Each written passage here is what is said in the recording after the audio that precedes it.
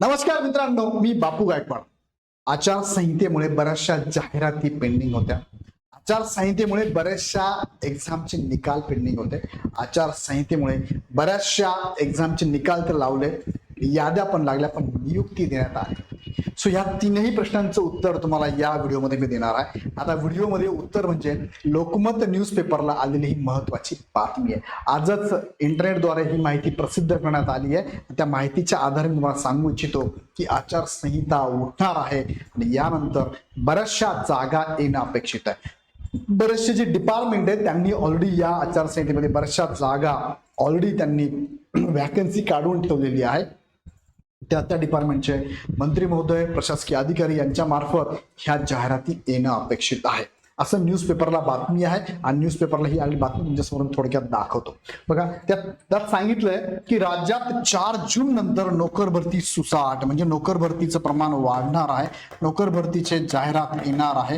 ही जाहिरात मोठ्या प्रमाणात असणार आहे. कोणती ते पण सांगतो. आचारसंहितेत अडकली भरती लागणार मार्गी. ज्या एक्झामचे निकाल, ज्या एक्झामच्या जाहिराती अडकल्या किंवा नियुक्ती बाकी आहे, सगळ्या मार्गी लागणार आहे. बघा, त्यात सांगितलंय लोकमत न्यूज नेटवर्क पणजी, लोकसभा निवडणूक आचारसंहितेत अडकले सरकारी नोकऱ्या येत्या 4 जून नंतर. आता 4 जून ही जी तारीख आहे ना, इथे काय होतंय, आचारसंहिता संपते.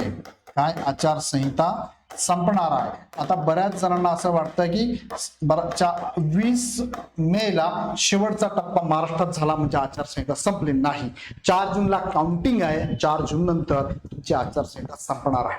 सो सरकारी हायर सेकंडरीमध्ये 179, तसेच माध्यमिक विद्यालयांमध्ये 91 शिक्षक भरले जाणार आहे. म्हणजे मोठ्या प्रमाणात ही जाहिरात पण येणं अपेक्षित. शिक्षक भरतीच्या काहींची नियुक्ती बाकी आहे, काही जाहिराती मुलाखतीच्या बाकी त्या पण येणं अपेक्षित आहे. आता यामध्ये बघा, विविध सरकारी खात्यांमध्ये राज्य कर्मचारी निवड आयोगामार्फत भरतीचा मार्गही मोकळा झाला. बघा, ही एक आयोग आहे, राज्य कर्मचारी निवड आयोगामार्फत जाहिराती किंवा वॅकन्सी देणं अपेक्षित आहे. आणि त्यामध्ये 4 जून रोजी मतदान मोजणी होणार असून निकालानंतर केंद्रीय निवडणूक आयोग आचारसंहिता उठवणार आहे. कधी उठणार मग आचारसंहिता? 4 जून नंतर आचारसंहिता उठणार आहे. विविध खात्यांनी राज्य कर्मचारी निवड आयोगाला रिक्त जागांची माहिती पाठवली आहे. बघा, सगळ्या खात्यांनी म्हणजे बऱ्याचशा खात्यांनी राज्य कर्मचारी निवड आयोगाला रिक्त जागांची माहिती पाठवली. कोणते आहेत ते बघा, शिक्षण खातं आहे, PWD खातं आहे, वाहतूक खातं आहे, WRD खातं आहे, पोलीस खातं आहे, त्याचबरोबर इथे वीज खातं आहे, आरोग्य खातं आहे, पर्यटन खातं आहे, वन खातं आहे आणि अग्निशमन खातं आहे. त्यानंतर MPSCच्या अंतर्गत बऱ्याचशा ऍड येणं अपेक्षित आहे, ज्यामध्ये कंबाईनची ऍड सुद्धा अडकलेली आहे. सो ह्या सगळ्याच ऍड येणं अपेक्षित. तुम्ही जर बघितलं तर 10-15 प्रकारच्या वेगळ्या जाहिराती येणं अपेक्षित आहे. त्यानंतर या संदर्भातल्या ऑलरेडी जाहिराती येऊन गेल्या, त्यांचे निकाल पेंडिंग आहे 2023चे. ते निकाल पण मार्गी लागणार. तेच तुम्हाला इथे पण सांगितलंय. निवडणूक आयोगाने ही आचारसंहिता लागू होण्याआधी कर्मचारी निवड आयोगाने 33 सहाय्यक शिक्षक पदांची जाहिरात केली होती, परंतु ही तात्पुरती मागे घेतली होती. शिक्षण खात्याकडून राखीवता निश्चित न झाल्याने भरती मागे घ्यावी लागत असल्याचे आयोगाने म्हटले होते. राखीवता निश्चित झाल्यानंतर पुन्हा ही पदे भरण्यासाठी जाहिरात दिली जाणार आहे.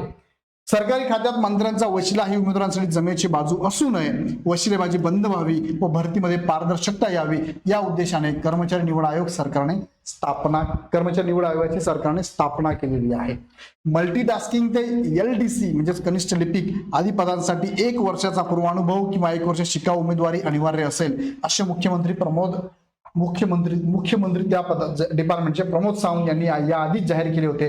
सरकारने मुख्यमंत्री अप्रेंटिसशिप योजनेखाली सरकारी कार्यालय खाजगी आस्थापनामध्ये 8,852 युवकांची अप्रेंटिस म्हणून नियुक्ती पण केली. आता याच्यातनं एक पॉझिटिव्ह गोष्ट समोर येते की येत्या 4 जून नंतर ह्या सगळ्या खात्यांमधल्या जाहिराती येणार आणि या जाहिराती खूप मोठ्या प्रमाणात असतील तर तुम्हाला सुवर्ण संधी असणार आहे. आता मी हे सुवर्ण संधी, मोठी संधी हे शब्द वापरत नाही, पण लक्षात घ्या की तुम्हाला मी प्रत्येक वेळेस सांगत असतो की एखाद्या एक्झाम मध्ये तुम्ही जर क्वालिफाईड नाही झाला तर याचा अर्थ तुम्ही कुठेच क्वालिफाईड होत नाही असा अर्थ होत नाही.